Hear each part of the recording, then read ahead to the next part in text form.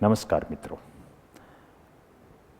ફરીથી સન્ડેની આપણે બધા મળી રહ્યા છીએ.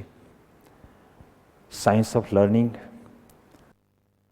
જે છેલ્લું એમ કહી શકાય કે રિવિઝનનું લેક્ચર હશે. એટલે દરેક વિદ્યાર્થીને ખાસ રિક્વેસ્ટ કે એમાં અત્યાર સુધીના જેટલા લેક્ચર્સની અંદર તમને કેવી રીતે ભણવું જોઈએ, તમારી કઈ પ્રિફર્ડ સ્ટાઇલ હોવી જોઈએ, એ પ્રમાણે તમારી ટેકનિક કેવી હોવી જોઈએ, નોટ્સ કેવી રીતે બનાવવાની, મેમરી કેવી રીતે ઇમ્પ્રૂવ કરવાની, કઈ કઈ રીતે તમે ભણો તો તમને વધારે સાયન્ટિફિક બેનિફિટ થાય, મેમરી લોંગ લાસ્ટિંગ થાય, વધારે સારી રીતે તમે રિકોલ કરી શકો. આ બધી વસ્તુ વ્યવસ્થિત ધ્યાનમાં રાખી અને આ અંતિમ લેક્ચર જે છે એને અંતે તમારે એક તમારી પોતાની પર્સનલ લર્નિંગ ટૂલ કિટ એટલે કે એક ભણવાની તમારી ખુદની મેથડ એ તમારે બનાવી લેવી જોઈએ. આ બધી વસ્તુ દોસ્તો એવી છે કે તમે ગમે એટલી સલાહો કોઈ આપે કે તમે ક્યાંકથી મેળવો, તમને કોઈ ક્ષેત્રનું કેટલું નોલેજ છે એ અગત્યનું નથી, તમે એનો કેટલો અમલ કરો છો એના પ્રપોર્શનેટલી તમને એના સારા કે ખરાબ ફળ મળે. તો આપણે આટલા બધા વખતથી આ આખી સિરીઝ જોઈ છે, તમને બધું સમજાવ્યું છે કે લર્નિંગનું સાયન્સ શું છે, કેવી રીતે તમારું રીડિંગ ફાસ્ટ કરી શકાય, કઈ કઈ તમારી સ્ટ્રેટેજી હોવી જોઈએ, તમારો રીડિંગ રૂમ કેવો હોવો જોઈએ, આલ્ફા બ્રેન વેવ સ્ટેટ શું છે, એને કઈ રીતે એચીવ કરાય, એના શું ફાયદા, આ બધી વસ્તુનો અમલ શરૂ કરવાનો છે. એટલે આ લાસ્ટ લેક્ચર એમાં બધા જ પાસાઓને ખૂબ ટૂંકમાં યાદ કરીને આપણે આ સાયન્સ ઓફ લર્નિંગ અને હાઉ ટુ સ્કોર હાઈ એ સિરીઝને અહીંયા વિરામ આપશું આજના લેક્ચર પછી. એ લેક્ચર શરૂ થાય એ પહેલાં થોડીક તમારી સાથે પ્રાથમિક ચર્ચા કરી રહ્યો છું, પરંતુ મને આશા છે, વિશ્વાસ છે કે તમે લોકો આખી સિરીઝમાંથી કંઈક શીખી અને તમારી ભણવાની પદ્ધતિમાં ચોક્કસપણે બદલાવ લાવ્યા હશે. છેક સ્ટાન્ડર્ડ 8, 9, 10થી માંડીને 12 સુધીના બધાને આ સિરીઝ આપણે બતાવી રહ્યા છીએ, જેથી કરીને બધા પોતાની રીતે જે સ્ટાન્ડર્ડમાં હોય ત્યાંથી ભણવાની એક પ્રોપર મેથડ અખત્યાર કરે. હવે થોડી વાત અત્યારનું તમારું જે ચાલે છે એ syllabus, routine lectures, test, doubt solution, આ બધી વસ્તુ ચાલે છે. એક ખાલી વધારાનું આજે તમે જોયું કે મોક ટેસ્ટ આવી. બી ગ્રુપ માટે નીટની 720 માર્કની 720 માર્ક્સની મોક ટેસ્ટ. મેં મોક ટેસ્ટ કેવી રીતે તમારે એટેન્ડ કરવી એ ગઈ સભામાં કહેલું. એ હજી 2-4 મોક ટેસ્ટ જશે ત્યાં સુધીમાં તમે સાવ ટેવાઈ જશો, રૂટીન WRT જેવો જ માહોલ થઈ જશે, કોઈ એમાં ચિંતા કરવાની જરૂરિયાત નથી. છતાંય તમને કાંઈ પણ પ્રશ્ન હોય તો આપણા જે બધા ટીચર્સ, મેન્ટર્સ તમારા સંપર્કમાં છે એમની સાથે વાતચીત કરી અને તમારા કોઈ પણ પ્રશ્નોનું નિરાકરણ તમે લાવી શકો છો. એ ગ્રુપ છે જેમને JEE રાખવું છે એનું આપણે એક ઇવેલ્યુએશન માટેની ટેસ્ટ લીધી. એમાં અમે કોઈને ડિનાય નથી કરવાના કે ભાઈ તું નહીં ચાલે, અમે તમને એડવાઇઝ કરશું કે લગભગ આટલા જણા છે એને JEEમાં ટ્રાય કરાય. એક વાત તો સ્પષ્ટ છે કે JEE કાંઈ બધા માટેનું કામ તો છે નહીં, અને એના પાછા ફાયદા ગેરફાયદા બધી વસ્તુ છે. જો આપણામાં હાઈ એટીટ્યુડ હોય, હાઈ ઇન્ટેલિજન્સ હોય, બધી રીતે આપણે સેલ્ફ કોન્ફિડન્ટ હોય, ગ્રાસ્પિંગ સારું હોય, ક્રિટિકલ થિંકિંગ એબિલિટી સારી હોય, મેથેમેટિકલ એપ્ટિટ્યૂડ સારો હોય, અને આપણને જોરદાર ઈચ્છા શક્તિ છે કે મારે NIT કે IITમાં એડમિશન લેવું છે, તો બરાબર છે, JEE ને આપણે ટ્રાય કરાય. અને ટ્રાય કર્યા પછી આ ક્યાં કાંઈ ઇન્ટરનેશનલ સ્કૂલ છે કે એમાં ગયા પછી પાછા નહીં આવી શકાય. એટલે એવું કોઈ હાર્ડ એન્ડ ફાસ્ટ લેવાનું નથી, પણ આ એક પેરામીટર છે, એક માપદંડ છે જેના દ્વારા અમે કંઈક જજ કરી શકીએ. થોડું 10માના ટકા ધ્યાનમાં લઈએ, થોડી અત્યાર સુધીની તમારી એવરેજ ધ્યાનમાં લઈએ, થોડી આજની આ લિટમસ ટેસ્ટ છે એના માર્કને ધ્યાનમાં રાખી અને અમે અમુક એક લિસ્ટ બનાવશું જેને અમે ભલામણ કરીશું કે તમારે JEE એટેન્ડ કરવું જોઈએ. એક્સ્ટ્રા ફીસ તો કાંઈ એની છે નહીં. એ સિવાય કોઈને એટેન્ડ કરવું હોય તો એમાં અમે એમને ટ્રાય આપવામાં અમને કોઈ વાંધો નથી, એ લઈ શકે છે. અરે અમારી સલાહ માનો તો એ સારી વાત છે, કારણ કે અમે એમ કે 50 જણા હાલે એવા છે તો અમે 100 જણને હા પાડીશું. એટલે આમ ટ્રાય કરવા વાળા બીજા 50 અંદર આવી જ ગયા હશે, સિલેક્ટ કરી જ લીધા હશે અમે. અને એ લોકો આગળ 2-4 મહિને, 6 મહિને, 8 મહિને, 10 મહિને ગમે ત્યારે પછી એમ લાગે કે ના ના આપણે નહીં હાલીએ, બે બાજુ નથી પગ રહે, તો એ વોલન્ટરીલી અમને જાણ કરીને JEE એટેન્ડ કરવાનું બંધ કરી દે, એટલે કેસ પૂરો થઈ જાય. એટલે આ લિટમસને આધારે આગળ ઉપર તમને સૂચના આપીશું. એમનો એક પેરેન્ટ્સ અને સ્ટુડન્ટ સાથેનો JEE એક નાનકડો સેમિનાર કરી અથવા તો જરૂરી માહિતી તમને મોકલાવી અને પછી આપણે એના લેક્ચર સ્ટાર્ટ કરી દઈશું. મિત્રો, હજી કોરોનાની મહામારી છે એનો કોઈ અંત દેખાતો નથી. અને આ એવી વસ્તુ નથી કે એકવાર આટલા નંગ આવી જાય કોરોનામાં પછી બધું કોરોના વાયરસ છે એ ધરાઈ જશે ને જતો રહેશે અહીંથી. એટલે આનો ક્યારે અંત આવશે એ નક્કી નથી. શાળાઓ ક્યારે ફિઝિકલી શરૂ થશે એ કહી શકાય નહીં. જ્યારે સરકાર શ્રી આદેશ કરશે ત્યારે તમે ને અમે બધા સજ્જ છીએ સ્કૂલ શરૂ કરવા માટે. અને ન શરૂ થાય તો આપણો શો ચાલુ છે. આપણી ભણવાની બધી જ મેથડ ઓનલાઈનના માધ્યમથી સરસ સેટ થઈ ચૂકી છે. ટૂંક સમયમાં તે કોઈને માની લો કે જૂના લેક્ચરો આખા રિપીટ કરવા છે, અત્યારે તમારી એપની અંદર 1 મહિનાથી વધારે જૂના લેક્ચર્સ અમે નથી રાખી શકતા. તો એવી એક એક્સ્ટ્રા એપ બનાવી છે, એમાં અમે લોડ કરી રહ્યા છીએ. તો એ અમે વિચારીશું તમને આપવા માટે કે કોઈને ધારો કે 2 મહિના પહેલાના કે 3 મહિના પહેલાના લેક્ચરો એટેન્ડ કરવા છે, અત્યારે એમાંથી કશું યાદ નથી અથવા એ વખતે જે તે વખતે પ્રોપર ધ્યાન નહોતું અપાયું, હવે ફરીથી એને રિકવર કરવું છે, તો બધા લેક્ચર તમને ટોપિક પ્રમાણે ચેપ્ટર વાઇઝ સબ્જેક્ટ વાઇઝ મળી રહે એવી એક એપ બનાવી નાખી છે ને એ અમે અત્યારે 12th વાળાને રિવિઝન માટે ઓફર કરી છે. એમાં વ્યવસ્થિત ચાલશે, થોડુંક અંદર બધા લેક્ચરો એડ થઈ જશે. પછી તમને 11th વાળાને અમે વિચારીને આગળ કહેશું કે તમારે પણ રિવિઝન માટે જોતી હોય તો એ એપ તમને આપશું. પરંતુ તમારી પાસે હવે મોડ્યુલ છે એટલે મોડ્યુલમાંથી રિવિઝન ચાલુ રાખવાનું. અમસ્તું કાંઈ જે ભણી ગયા એ ફરીથી ભણવાનું, આ તો ઠીક છે આપણે ઓફર કરીએ છીએ, ક્યાંય એવો રિવાજ તો હોય નહીં કે ભણી ગયું એ ફરીથી ભણવાનું. સ્ટુડન્ટ જાતે રિવિઝન કરતા હોય છે. ટેસ્ટમાં અમે જ્યારે જે તે ચેપ્ટરને જૂના ચેપ્ટરને અંદર લઈએ સિલેબસમાં, ત્યારે વિદ્યાર્થી છે એ જૂનું મટીરિયલ કાઢી અને રિપીટ કરી લેતા હોય.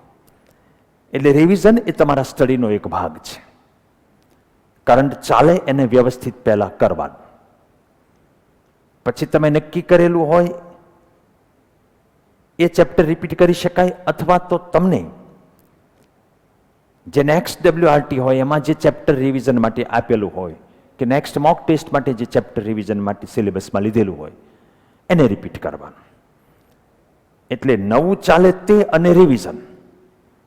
રિવિઝન એ પાછું 2 પ્રકારનું અમે ફરજિયાત સિલેબસમાં રાખીએ ટેસ્ટમાં એ, અને બીજું તમે વોલન્ટરીલી જાતે જે ચેપ્ટર તમારા મનમાં એમ કે ખૂબ જૂનું થઈ ગયું, ચાલને અડધી કલાક એની ઉપર નજર ફેરવી લઉં, એ રિપીટ કરવાનું.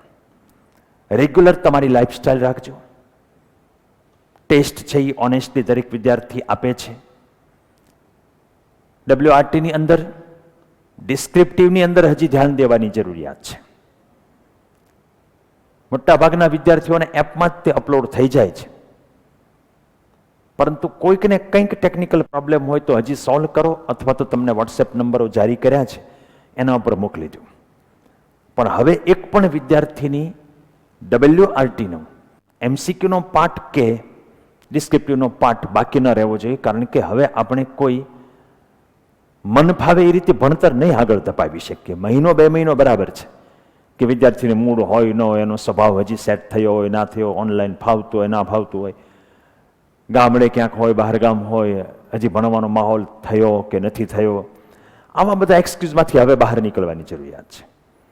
હવે આપણે બધાએ આ બાબત સ્વીકારીને આગળ વધવું પડશે કે અત્યારે જે રીતે આપણે ભણી રહ્યા છીએ એ ભણતર કેટલો સમય લાંબુ ચાલશે એ નક્કી નથી, તો જે ચાલે છે એને સિરિયસલી લઈ અને વ્યવસ્થિત ટેસ્ટ આપવાની, ટેસ્ટના સોલ્યુશન, ડાઉટ હોય એ પૂછવાના, લેક્ચર ટાઈમે જ એટેન્ડ કરવાનું, રોજનું કામ રોજ તૈયાર કરવાનું, રોજ એકાદ કલાક મિનિમમ ફિઝિકલ મેન્ટલ એક્સરસાઇઝ, પ્રાણાયામ, યોગ વગેરે, મેડિટેશન અને શારીરિક શ્રમ ગમે તે. તમારું પોતાનું હેલ્થ, કોરોનાને લઈને સોશિયલ ડિસ્ટન્સિંગ વગેરેનું ધ્યાન રાખી અને સરસ રીતે તમે બધા હવે ભણવામાં લાગી ગયા છો. એમાં કંઈ કમી હોય તો સુધારી અને આપણે ભણવામાં લાગી જઈશું. આખી ટીમ તમારી સાથે છે. કંઈ પણ મુશ્કેલી હોય તો તમે અમારો જરૂરથી સંપર્ક કરશો. અને આ સાયન્સ ઓફ લર્નિંગનું છેલ્લું લેક્ચર છે એને આજે જોઈ અને પછી તમારી પોતાની એક નિજી લર્નિંગ ટૂલ કિટ બનાવશો એવી આશા સાથે મારી વાતને હું આજે વિરામ આપું છું. Thank you. નમસ્કાર મિત્રો.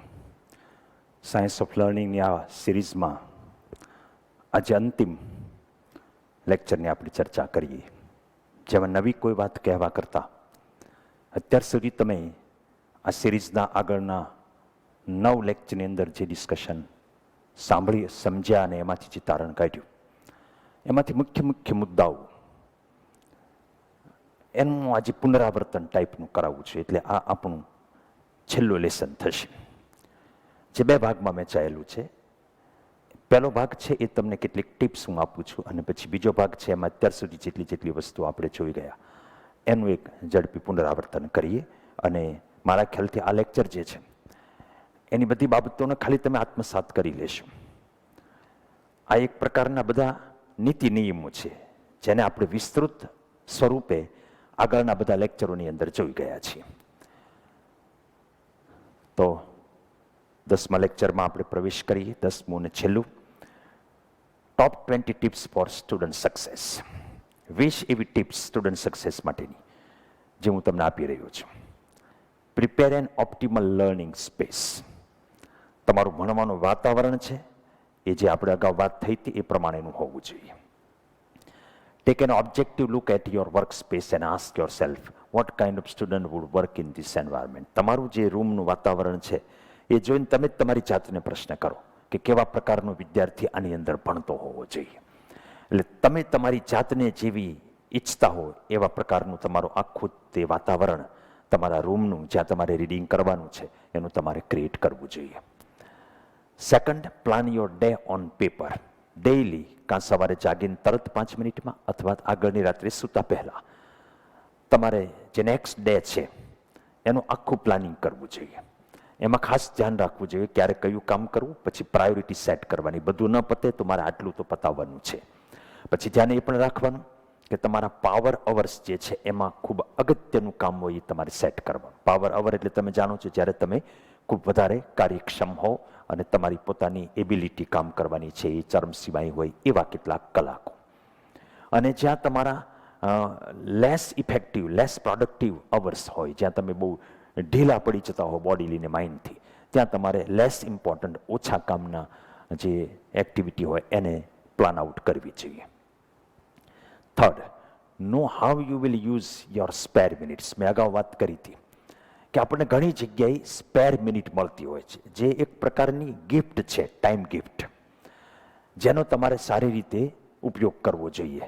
સાથે કંઈક ચબરખી, નોટ, કોઈ વાંચવાનું નાનકડું એવું લિટરેચર, તમારી પોતાની નિંજા નોટ્સ જે બનાવેલી હોય એ, ઇવન હથેળીમાં 5 ઇક્વેશન લખ્યા હોય તો ચાલે. તમે આવા સ્પેર ટાઈમ છે એનો ઉપયોગ કરી શકો. ઇવન પ્લાન કરતી વખતે પણ તમે એવું પ્લાનિંગ કરી શકો કે સ્પેર ટાઈમમાં હું આટલો પોર્શન રિપીટ કરીશ. Fourth is get to know your teachers. તમે જે સ્કૂલમાં કે કોચિંગમાં ભણતા હોય ત્યાં તમારા ટીચર્સ છે એ તમને ઓળખે એ જરૂરી છે. કાં તમારા કામથી તમે ઓળખાવ અથવા ક્યારેક હાલતા ચાલતા ગમે ત્યારે ટીચરને તમારી ઓળખાણ આપો, જેનાથી એક રેપો બંધાશે. અને ટીચર જો તમને આમ ખાસ ઓળખતા હશે તો તમને એક પ્રકારનો ભાવ રહેશે, એક બિલોંગિંગનેસ રહેશે અને એની અંદર તમને મોટિવેશન મળશે એ લેક્ચરની અંદર. Fifth, always know your grade in every class. તમારા ક્લાસની અંદર તમે લગભગ કેટલામાં નંબરે રહો છો એ તમારે તમારું મૂલ્યાંકન કરવા માટે જાણવાનું છે, કોઈની સરખામણી માટે નહીં કે કોઈકથી આગળ નીકળવા માટે નહીં. પણ તમને એક મોટિવેશન મળતું હોય આવા કામથી કે ના મારા એટલામી રેન્ક રહે છે તો મારે હવે આગળ જવું છે, તો નહીતર કાંઈ એની જરૂરિયાત નથી. Sixth, read the text book before the class. Class શરૂ થાય પહેલાં તમારું સ્ટડી મટીરિયલ કે ટેક્સ્ટ બુક જેમાંથી તમે વાંચતા હો એ વ્યવસ્થિત વાંચી લો. આપણે અગાઉ પણ વાત થઈ હતી, એનાથી એક બિગ પિક્ચર તમારા માઇન્ડની અંદર ક્લિયર થશે અને તમારા માઇન્ડને ખબર હશે કે આમાંથી જે માહિતી આવે છે એનો મારે આખા ચેપ્ટરમાં કેવી રીતે ઉપયોગ કરવાનો છે. Seventh, go to every class. ક્યારેય એબસન્ટ નહીં રહેવું જોઈએ.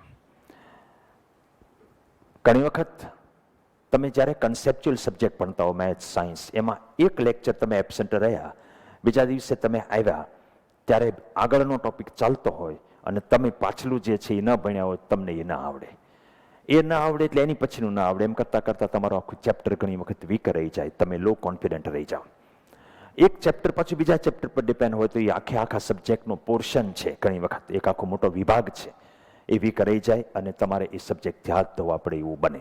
બહુ અનિવાર્ય સંજોગોમાં તમારે એબસન્ટ રહેવાનું થતું હોય તો તમારે એડવાન્સમાં પ્લાનિંગ કરવું જોઈએ. કાં તો ટીચરને રિક્વેસ્ટ કરીને આગળના કોઈ લેક્ચરમાં તમે ફ્રી હોય ત્યારે તમારે લેક્ચર ભરી લેવો જોઈએ, કાં તો કોઈ તમારા મિત્ર છે એની પાસેથી નોટ્સ મંગાવી અને એમાંથી શું ભણ્યા છીએ એનો થોડો સ્ટડી કરી લેવો જોઈએ. પરંતુ સાવ બે જવાબદાર રીતે આપણે એબસન્ટ રહીએ, કોઈ પૂર્વ તૈયારી વગર નેક્સ્ટ લેક્ચરમાં ટાઈમ ટેબલના ભાગરૂપે આપણે આવી જઈએ, એ સાચા લર્નરની ખાસિયત નથી. એટલે તમે આવું ક્યારેય નહીં કરો. અમે એવા કેટલાય વિદ્યાર્થીઓને જોયા છે 11th 12thમાં કે જે 2 વર્ષ સુધી એક પણ લેક્ચરમાં એબસન્ટ ના રહ્યા હોય, ચાહે ગમે એવા પ્રસંગ હોય, ગમે એવી મુશ્કેલી હોય, એમણે એમની આ ડ્યુટી જે છે એને પ્રાથમિકતા આપી હોય છે. 8મી tip, seat front and center. હાથે કરીને તમે ક્લાસમાં ખૂણા ન ગોતો, ટીચરથી હાથે કરીને દૂર ન જાઓ. હાથે કરીને તમારા એવા ટીખળી મિત્રોની બાજુમાં ન બેસો ક્લાસમાં કે જેથી કરીને તમને ક્લાસમાં રમત કરવાનું મન થાય. હા, ક્લાસની સિટિંગ વ્યવસ્થા એ ટાઈપની હોય ને તમને ક્લાસ ટીચરે કે તમારા એસોસિએટ ટીચરે સોંપ્યું હોય કે તમારે આ જગ્યાએ બેસવાનું, તો વાત જુદી છે. 9th, tech great notes. આપણે વાત થઈ કે notes taking is more important. અને મેં વાત કરી તેમ હું ખુદ પણ વચ્ચે નોટ લખાવાના, મારે સિલેબસ બહુ ફાસ્ટ ચલાવવાનો હોય એટલે નહોતો કરાવતો, પણ હવે આમાંથી મને પણ ખબર પડી કે તમારું કાઇનેસ્થેટિક સ્કિલ સાથે સાથે વિઝ્યુઅલ, ઓડિટરી, આ બધી વસ્તુ, બધી સેન્સનો ઉપયોગ થાય. નોટ્સથી તમને ડેપ્થ આવે, એ નોટ્સ પાછા તમે ઘરે જઈને ફરીથી બનાવો, એમાં તમે મેમરી ટેકનિક વાપરો, કલર કોડિંગ વાપરો. નોટ્સની બધી વાતો કરી છે એ નોટ્સ તમારે ખાસ લેવી જોઈએ. એ આદત દરેક બનાવો. દરેક પાસે પોતાની રિવિઝન માટેની નોટ્સ તૈયાર હોવી જોઈએ, સ્ટાન્ડર્ડ 8નો હોય કે 12thનો હોય. Know your prefer learning style and intelligence. આપણે વાત કરી હતી 3 લર્નિંગ સ્ટાઇલની, વિઝ્યુઅલ, ઓડિટરી અને કાઇનેસ્થેટિક. જે જોઈને શીખે, સાંભળીને શીખે અને કંઈક લર્નિંગ બાય ડુઈંગ. આમાં તમે કઈ બાબતમાં પાવરફુલ છો એનું ટેસ્ટિંગ આપણે કર્યું હતું. તમને ખબર પડી ગઈ હશે કે તમે કેવા પ્રકારના લર્નર છો. તો તમારી લર્નિંગ ટૂલ કિટમાં 10 પદ્ધતિઓ હોય તો 5-7 પદ્ધતિ તમારી આ પ્રિફર લર્નિંગ સ્ટાઇલની હોવી જોઈએ. સાથે 8 પ્રકારની ઇન્ટેલિજન્સ હોય, એમાંથી કઈ ઇન્ટેલિજન્સમાં તમે વધારે પાવરફુલ છો, તો એ પ્રમાણેની એની લર્નિંગ સ્ટ્રેટેજીની આપણે જે ચર્ચા થઈ હતી એને તમારે સ્થાન આપવું જોઈએ. 11th, model other successful students. This is very very important. તમારે એવું ક્યાં છે કે તમારે પોતાને જ કેડી કંડારવાની છે, તમારે જે સિદ્ધિ હાંસલ કરવી છે, જે પર્સન્ટેજ લાવવા છે, જે એક્ઝામમાં સફળ થવું છે, એમાં અગાઉના 1-2 વર્ષમાં સફળ થયેલા વિદ્યાર્થીઓ છે એને તમારા રોલ મોડેલ બનાવો. એ કેવી રીતે લેસન કરતા હતા, કેવી રીતે ક્લાસ ભરતા હતા, કેવી રીતે કોઈ પણ સબ્જેક્ટ તૈયારી કરતા હતા, કેવું સ્ટડી મટીરિયલ વાપરતા હતા, હોમવર્ક કઈ રીતે કરતા હતા, એને ઇમિટેટ કરો, એને રોલ મોડેલ બનાવો. એની પાસેથી ગાઈડન્સ લેશો, એ પોતે એક અનુભવ સિદ્ધ માર્ગદર્શન તમને આપી શકશે અને એ પ્રમાણે તમે કામ કરશો તો તમારે કોઈ નવા ખેડાણ કરવા નહીં પડે. કોઈ કરી ચૂક્યું છે એને માત્ર ફોલો કરવાનું રહે. હા, તમારી નિજી પદ્ધતિ જે છે એને પકડી રાખીને એમાં થોડા ઘણા મોડિફિકેશન્સ આવા રોલ મોડેલ દ્વારા કરવાના. 12th, don't wait until the last minute. કોઈ પણ કામ હોય, હોમવર્ક સબમિટ કરવાનું હોય, એસાઇનમેન્ટ કરવાનું હોય કે ટેસ્ટની પ્રિપેરેશન કરવાની હોય, ચાહે ગમે તે કામ હોય કે તમારે રિવિઝન કરવાનું હોય, તો આપણી મોટાભાગની હ્યુમન સાયકોલોજી એવી છે કે આપણે લાસ્ટ મોમેન્ટ સુધી એ બધી વસ્તુ ઢસડતા જતા હોય.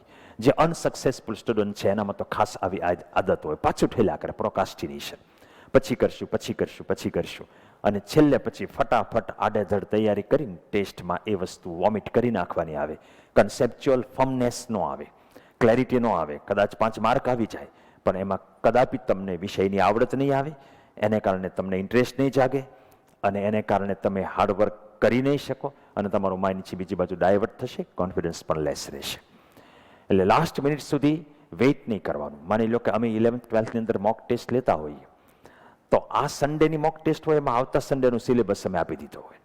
ક્યારેક 15 ડેઝ પછી ઓલ્ટરનેટ સન્ડે મોક ટેસ્ટ હોય, તો આ મોક ટેસ્ટમાં 15 દિવસ પછીનો સિલેબસ અમે આપી દીધો હોય.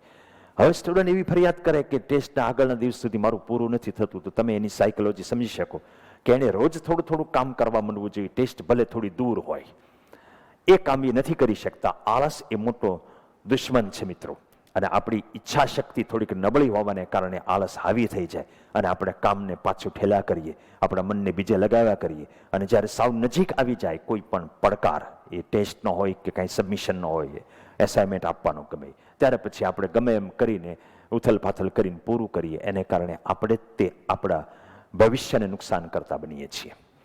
13મી, find a study partner or a group. 1 કે 2 કે 3 સારા એવા મિત્રો તમારા હોવા જોઈએ, જેની સાથે તમે સ્ટડીની ડિસ્કશન કરો. તમે એને કંઈક ટોપિક સમજાણો છે, એ સમજાવો, એ કંઈક તમને સમજાવે. તમે 5 નવા પ્રશ્નો છે એના ચેન્જ એની સાથે ડિસ્કસ કરો, એ કંઈક 5 પ્રશ્નો તમારી સાથે ડિસ્કસ કરે. If you have an idea and if I have an idea, but if we exchange our ideas, we each of us will have 2 ideas. એક મારી પાસે વિચાર છે, એક તમારી પાસે વિચાર છે, આપણે બંને એક્સચેન્જ કરીએ તો એ કોપી થાય છે, કટ નથી થતું. એટલે બે પાસે 2 આઈડિયા આવે.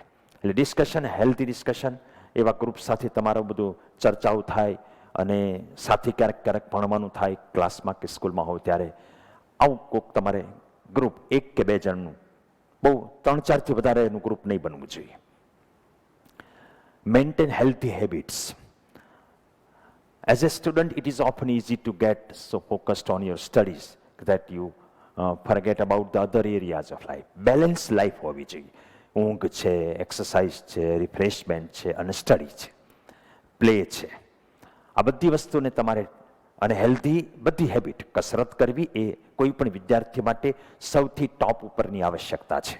દરેકે સમજી લેવું જોઈએ. ભલે કસરત તમે બોરિંગ ના કરો, તમે ભલે ગ્રાઉન્ડની અંદર બેડમિન્ટન રમતા હોવ કે કબડ્ડી રમતા હોવ કે વોલીબોલ રમતા હોવ કે કોઈ પણ તમને ગમતી સ્પોર્ટ્સ હોય, નો પ્રોબ્લેમ. કાં વોકિંગ હોય, જોગિંગ હોય, જીમ હોય, જો તમારી એવી એજ હોય ને તમને એલાવ કરતા હોય તો સ્વિમિંગ છે. પણ ફિઝિકલ વર્કઆઉટ આઉટિંગમાં ગમે ત્યાં થાય એ મેક્સિમમ રિક્વાયરમેન્ટ છે, અને સાથે હેલ્ધી ફૂડ લેવાય. હેલ્ધી હેબિટ્સ હશે તો જ sound mind in a sound body. આપણે ફ્રેશ હશું, પોઝિટિવિટી હશે, એક પ્રકારનું એક્સાઇટમેન્ટ હશે, જોય હશે, અને એ આપણને સ્ટડીમાં હેલ્પ કરે એવું આપણે સાયન્ટિફિકલી જોઈ ગયા. નેગેટિવ વિચારો પણ એના કારણે ઓછા આવે. 15th is believe in your self. તમે જે છો, તમને જેટલું આવડે એટલી તમારી પ્રત્યે માન્યતા તમને હોવી જોઈએ. હું એવું નથી કહેતો કે ધારો કે નીટની અંદર ફિઝિક્સમાં તમારે 90-100 જેવા માર્ક આવતા હોય, તમે 180નો કોન્ફિડન્સ રાખો, પણ એટલીસ્ટ યાર જેટલું આવડે છે એટલો તો કોન્ફિડન્સ હોવો જોઈએ. ડરને ખોટે ખોટું ઇન્વાઇટ કરીને તમારી જાતને એકદમ લો સ્ટેટમાં ન લાવો. જે કામ કરો છો એ તમે કરી શકો છો, અને એના માટે મથો થોડુંક. મથતા તમને આવડશે, ભલે બાજુવાળાને આવડે એની કરતાં ઓછું આવડે એનો કોઈ વાંધો નથી, પણ જેટલું આવડે એના પ્રપોર્શનમાં એનાથી 20-30% પ્લસ તો તમને આત્મવિશ્વાસ હોવો જોઈએ. Manage your state. તમારું ફિઝિકલ, ઇમોશનલ અને મેન્ટલ, આ ત્રણેય અવસ્થા કેમ મેન્ટેન કરવી એ આપણે વાત થઈ છે. આલ્ફા સ્ટેટ પ્રોસેસ પણ તમને શીખવાડી છે. ક્યારેય પણ ક્લાસ કે ટેસ્ટ તમે આપવા જાઓ ત્યારે તમારે આ તમારી જે મેન્ટલ, ફિઝિકલ અને emotional state of mind, alpha brain wave state, એના માટે જે તમને 2-5 મિનિટની બધી વાતો કરી છે, આને આદતમાં નાખી દો. આ બહુ જરૂરી છે. 17, consider the consequences of your decision. તમે વિચારો મિત્રો, તમે કંઈ પણ નિર્ણય લો, માની લો કે તમે ટીવી જોવાનો નિર્ણય લો, રખડવાનો નિર્ણય લો, મોબાઈલમાં ગેમ રમવાનો નિર્ણય લો, તમારે એ સમજી લેવું જોઈએ કે તમે અત્યારે જે કાંઈ છો એ તમે 2-5 વર્ષ પહેલાંથી લીધેલા નિર્ણયોના પરિણામ સ્વરૂપ છો. આવતા 5 વર્ષ પછી તમે જે કાંઈ હશો એ 5 વર્ષ દરમિયાન તમે કેવા કેવા ડિસિઝન લીધા, કેવા મિત્રોને પસંદ કર્યા, કેવી કામગીરી પસંદ કરી, કેવી રીતે ભણવાની સ્ટાઇલ પસંદ કરી, કેવી રીતે જીવવાની સ્ટાઇલ પસંદ કરી, તમે ફિઝિકલી મેન્ટલી ફિટ રહો છો કે નહીં, તમે આ લર્નિંગ સિરીઝમાંથી કેટલી વસ્તુ અપનાવી છે. આ બધા નિર્ણયો તમારા છે અને તમે જેવા નિર્ણય લેશો એવું તમારું ફ્યુચર એની ઉપર ડિપેન્ડ કરશે. 18th, use your available resources. તમે સ્કૂલમાં કે કોચિંગમાં ભણતા હો તો ત્યાં ટીચર્સ હોય, કાઉન્સિલર્સ હોય, ફ્રેન્ડ્સ હોય, ઇવન ટેકનોલોજી હોય, લેબોરેટરી હોય, બુક્સ હોય. તમારે જે કોઈ મદદની જરૂર હોય એ મદદ લેવી જોઈએ. કેટલાય બાળકો એવા છે અને ડાઉટ હોય એ ડાઉટ પૂછતા સંકોચ અનુભવતા હોય છે. આપણી સંસ્થાઓમાં એવું કોઈ વાતાવરણ નથી કે તમે ડાઉટ ન પૂછી શકો. વિદ્યાર્થીને ડાઉટ પૂછવાનો અધિકાર છે. ટીચરે ડાઉટ સોલ્વ કરાવવાની ફરજ છે. હા, ટીચરે શિખામણ દેવાની પણ ફરજ છે. તમે કાંઈ પણ પૂર્વ તૈયારી વગર કોઈ પણ વસ્તુ પૂછવા જાઓ તો ટીચર શીખવાડી દે, પણ તમને કહેતો ખરા જ તે કે બેટા તને આ સૂત્ર તો આવડવું જોઈએ, તું હવે આ ધોરણમાં આવ્યો છો, તું તૈયારી કરીશ. કારણ કે નહીતર શું થશે કે તમે સાવ ડિપેન્ડન્ટ કોઈ ઉપર રહ્યા કરશો. જ્યારે ડાઉટ હોય ત્યારે કોઈકને ધડધડ કાંઈ આપણા ઉપર જવાબદારી લીધા વગર પૂછી બેસીએ તો એ આપણને ફાયદો નહીં કરે. કારણ કે જ્યાં સુધી તમે એકાઉન્ટેબલ નહીં થાવ, તમે તમારી ડ્યુટી બરાબર નહીં બજાવતા થાવ, ત્યાં સુધી તમે એક ચોક્કસ પ્રકારની દુન્યવી સફળતા સુધી નહીં પહોંચી શકો. જરૂરી એ નથી કે તમારે કેટલા ડાઉટ સોલ્વ થાય છે, જરૂરી એ છે કે તમે કેટલા રિસ્પોન્સિબલ છો. જરૂરી એ નથી કે તમને કેટલા ટકા આવે છે. જરૂરી એ છે કે તમે તમારી જવાબદારી જ્યારે જ્યારે આવે છે ત્યારે પીછેહટ કરો છો કે એને હસતા મુખે સ્વીકારી એ પડકાર ઝીલી અને એની સામે ફાઇટ આપો છો. એટલે તમારા તરફથી મહેનત થવી જરૂરી છે. ટીચર્સ અમારા ખડે પગે હાજર જ હોય છે. ગમે ત્યારે તમે એનો રિસોર્સિસનો ઉપયોગ કરો. એ શિક્ષકોને ગમશે પણ ખરું અને તમે એવા સ્વભાવવાળા હશો તો તમારા અંદર કોઈ પ્રકારના ડાઉટ્સ રહેશે નહીં. 19th, celebrate all success. એક ધારું તમે ભણ કર્યા કરો એમ નહીં. તમારી નાની નાની સક્સેસ નહીં તો તમારે એક સાદી 1 મિનિટમાં તે એન્જોય કરી લેવી જોઈએ. દિવસમાં 4-5 વખત તમે કોઈ કામ પૂરા કર્યા હોય ને એને એન્જોય કરો. ભલે ને એક સાદી આળસ મરડીને કે થોડું ગીત ગાઈને કે 2-5 મિનિટ કોઈ સાથે ફોન પર વાત કરીને કે ફેમિલી મેમ્બર સાથે 5-10 મિનિટ ટાઈમ પાસ કરીને કે થોડું ટીવી જોઈને કે ગમે એ રીતે પણ તમારી સક્સેસને એન્જોય કરવાનું રાખો. એક ધારું મોનોટોનસ ભણ્યા કરવાથી મોટિવેશન થોડું ડાઉન થાય.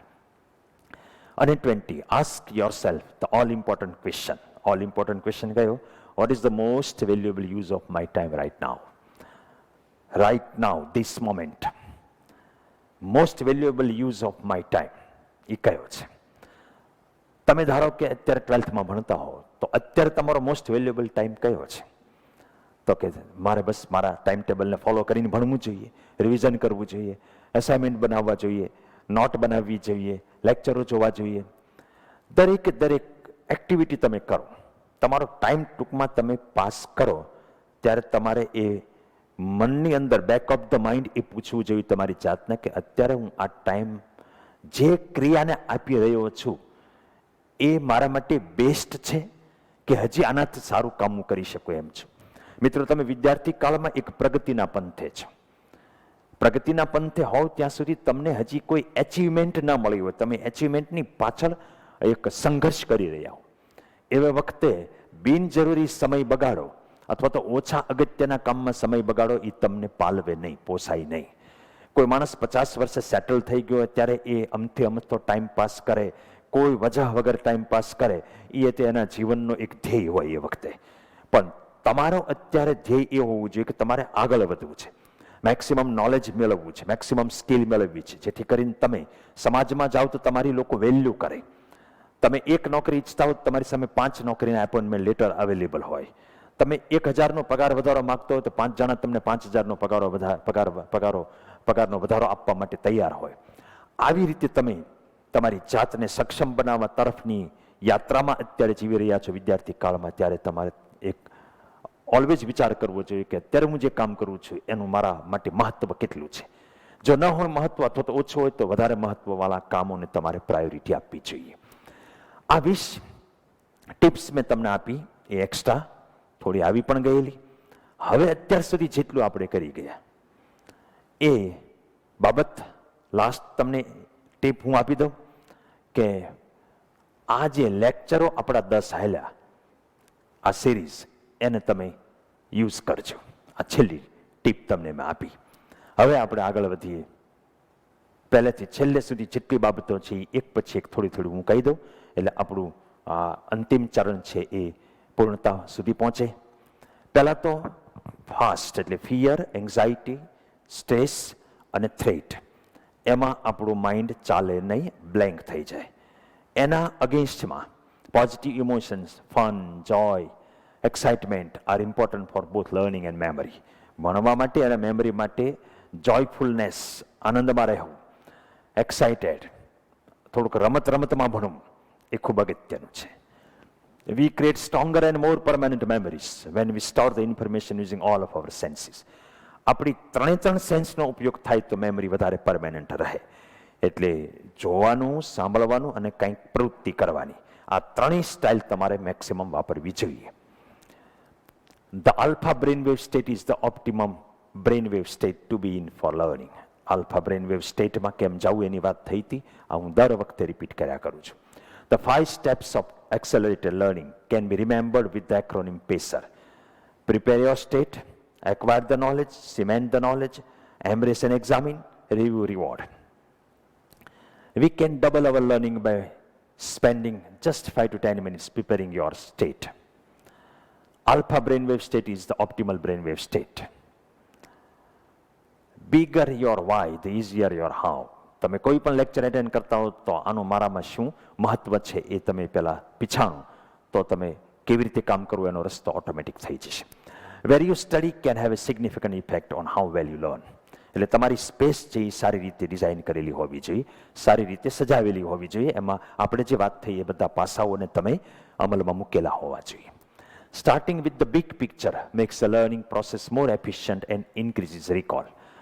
બિગ પિક્ચર તમારા, ધારો કે તમે ક્લાસ શરૂ થાય એ પહેલાં આખા મટીરિયલ જોઈ લો, તમારા માઇન્ડની અંદર એક બિગ પિક્ચર હોય કે આ ચેપ્ટરની અંદર કઈ વસ્તુ આવે છે. અને પછી જ્યારે આવતી જાય એમ તમારો માઇન્ડ ઓટોમેટિક એને ગોઠવતું જાય, કારણ કે એના માઇન્ડની અંદર એક વિશાળ ચિત્ર ક્લિયર છે, બિગ પિક્ચર.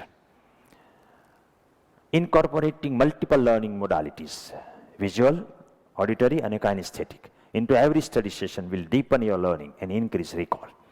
લર્નિંગ પણ ડીપ થશે અને જ્યારે મેમરીની જરૂર પડે ત્યારે તમે રિકોલ પણ ઝડપથી કરી શકશો જો તમે ત્રણે ત્રણ તમારા સેન્સીસ, ઇન્દ્રિયો, જોવું, સાંભળવું અને કંઈક કરીને ભણવું, એનો ઉપયોગ કર્યો હશે તો. Everyone learns differently. દરેક વ્યક્તિ છે એ ફિંગરપ્રિન્ટ જેટલું અલગ રીતે ભણતું હોય છે. તો તમારી પોતાની પર્સનલ લર્નિંગ ટૂલ કિટ આ 10 લેક્ચર પરથી તમારે 2 પાના ભરીને બનાવવું જોઈએ કે તમારામાં આવી આદતો તમારે નાખવાની છે. Deliberately connecting new information to old information creates association and enhances memory.